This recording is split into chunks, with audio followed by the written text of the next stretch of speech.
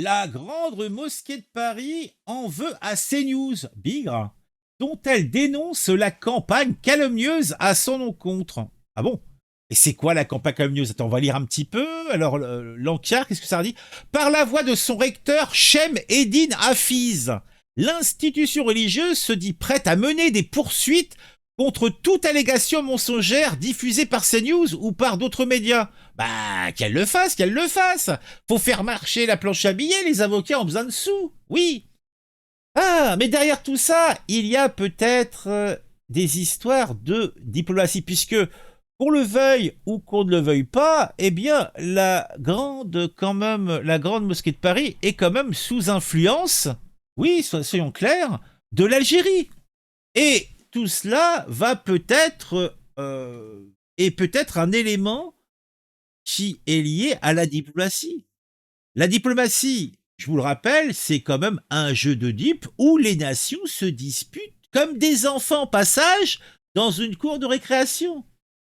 D'un côté, vous avez la France avec son président Macron, toujours prompt à faire des déclarations fracassantes. Il va reconnaître, je ne sais pas, que eh bien la France a zigouillé Mustapha Kemal en 1847 dans le port d'Alger. Mon Dieu, honte à toi. Et donc il va amener une gerbe. Oui. Et de l'autre, t'as l'Algérie, fière et indomptable, prête à riposter à la moindre provocation. Bah oui, l'Algérie, elle a que ça, la fierté. Et qu'elle soit indomptable, ça, je veux bien le croire. Et là, tout a commencé peut-être quand la France est revenue sur certaines histoires de visas. Ah, vous voulez restreindre nos visas? Très bien, on va vous montrer de quel bois on se chauffe. Ah, c'est l'Algérie qui cause. Et le ton monte, les sanctions pleuvent et les ambassadeurs sont rappelés. Alors autant dire que c'est la telenovela depuis quelques semaines entre la France et l'Algérie. Alors que réellement, nous, les Français, l'Algérie, on s'en tape le cul par terre. On est toujours en train de nous ressortir d'histoires. Oui, le colonisateur, mais il s'en fout le colonisateur. La colonie, c'est fini. On s'en fout. Pourquoi ils sont de l'autre bout de la Méditerranée? C'est la proximité géographique. Et puis, on va parler de CNews, puisque CNews serait le chancre de la réaction contre l'État algérien et contre la grande mosquée qui se fait le flambeau de cet État.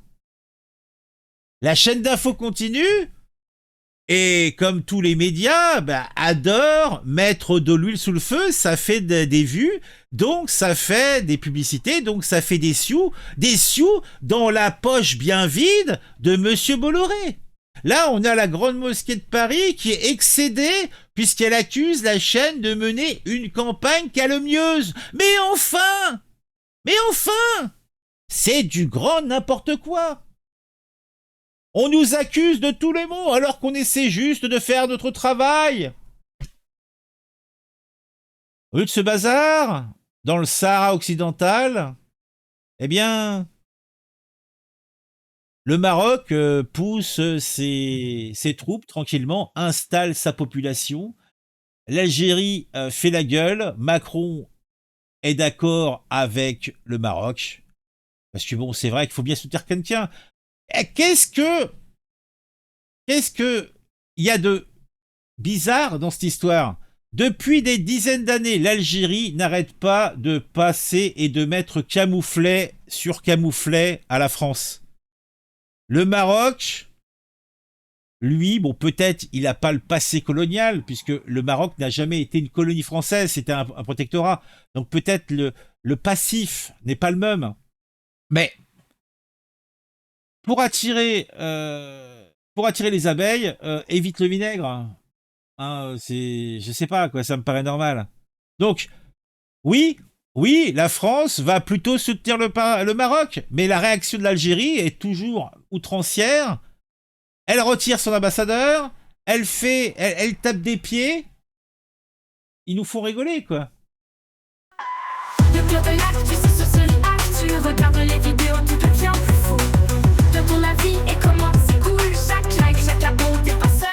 foule.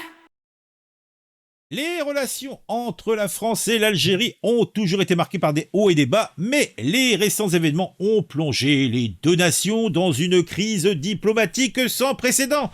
En moins de 15 jours, la France et l'Algérie sont passées d'une relation stable, laissez-moi rire, à des rapports extrêmement tendus. Là, c'est plus proche de la réalité en fait. Les déclarations du président Macron sur la politique intérieure de l'Algérie ont particulièrement dégradé les relations franco-algériennes, mettant en péril une possible résolution du conflit. Moi, personnellement, je pense que ça serait bien que ça s'envenime encore plus, hein, et qu'on arrête de discuter avec ces gens. Le ton monte du côté algérien face à de nouvelles mesures françaises concernant les visas, mais aussi aux propos de Macron, relayés par Le Monde qui a entraîné des sanctions diplomatiques. Le dernier épisode en date de l'escalade, un ministre français accusé de gros mensonges et un blocage toujours effectif de l'espace aérien algérien aux avions militaires français. Ah mon Dieu, mon Dieu. L'Algérie a retiré son ambassadeur à Paris, Saïd Moussi, en réaction à une lettre envoyée par Emmanuel Macron à Mohamed VI, dans laquelle il affirmait que le présent et l'avenir du Sahara occidental s'inscrivent dans le cadre de la souveraineté marocaine. Ce retrait est vu comme un refroidissement durable des relations diplomatiques entre la France et l'Algérie. Le soutien de la France au plan d'autonomie marocaine pour le Sahara occidental, un territoire disputé depuis près de 50 ans, a été la goutte d'eau qui a fait déborder le vase. L'Algérie a décidé du retrait de son ambassadeur et a annoncé d'autres mesures contre la France, bigre. Cette décision a été qualifiée de pas importante pour exprimer notre condamnation et notre réprobation par le ministre algérien des Affaires étrangères. Alors, derrière ça, il y a CNews. Au milieu de ce conflit diplomatique, la Grande Mosquée de Paris accuse CNews de mener une campagne calomnieuse à son encontre. Cette accusation ajoute une couche, bien sûr, de tension supplémentaire dans ce contexte qui est déjà, il faut le dire, déjà explosif. La mosquée dénonce des propos diffamatoires et des manipulations médiatiques visant à nuire à sa réputation. Pourtant, il n'y a pas besoin de pousser fort pour que sa réputation soit un petit peu gratouillée.